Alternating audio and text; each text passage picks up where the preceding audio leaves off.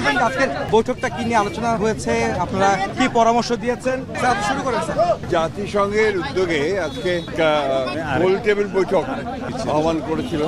এখানে রাজনৈতিক দলের কয়েকজন নেতা ছিলেন, খুব সিলেক্টেড দেখলাম, আর দেখলাম কমিশনের প্রধানরা ছিলেন। মূলত এখানে যে সংস্কারের ব্যাপারগুলো যেগুলো আপনার যে কমিশনগুলো করা হয়েছে সেই সম্পর্কে জাতিসংঘের মহাসচিবকে অবহিত করা হয়েছে। সেটা নজরুল ইসলাম আসিফ নজরুল করেছেন।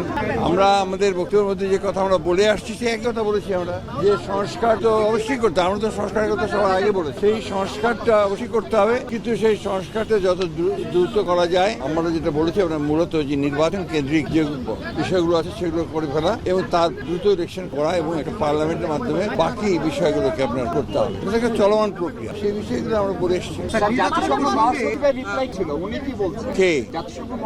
না না, উনি এই ব্যাপারে কোনো কমেন্ট করেন, এটা আমাদের আপত্তির ব্যাপারে।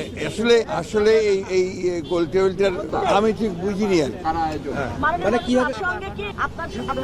সংস্কার কমিটির লোকজনও ছিল একই সাথে সংস্কার কমিশন যারা প্রধান তারা ছিলেন, সেখানে যে সংস্কারের কথাগুলো এলো, আপনারা কি কোনো টাইম ফ্রেমের কথা বললেন যে এত?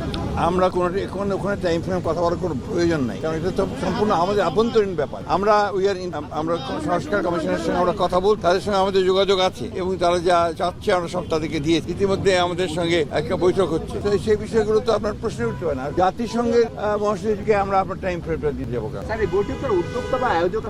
জাতিসংঘ এখানকার ঢাকা।